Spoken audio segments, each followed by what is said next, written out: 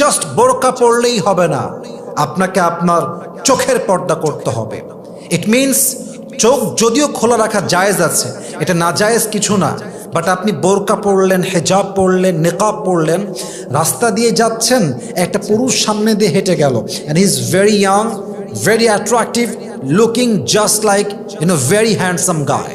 তো আপনি তাকায় আছেন তো তাকায় আছেন, আপনার দৃষ্টির পলক যেন আর সরে না। এটা আসল বোরকা নয়, এটা আসল পর্দা নয়। আপনি উপরে ফিটফাট, ভেতরে আপনার পুরোটাই সদরঘাট। আপনাকে চোখের দৃষ্টি একদম সংযত রাখতে হবে। আল্লাহ তাআলা কি বলেছেন?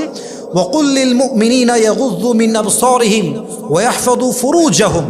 যেমন আল্লাহ পুরুষকে বলেছেন তোমরা চোখকে সংযত রাখো, দৃষ্টিকে নামিয়ে রাখো, ঠিক নারীদের জন্য ওয়াকুল লিল মুমিনাতি ইয়াগুযুযনা মিন আবসারিহিন্না, নারীরাও তাদের দৃষ্টিকে সংযত রাখবে। অতএব বোঝা গেল জাস্ট বোরকা পড়লেই হবে না, চোখের হেফাজতের দরকারটা। যুবক ভাইরা বলেন তো সবাই আছে না নাই?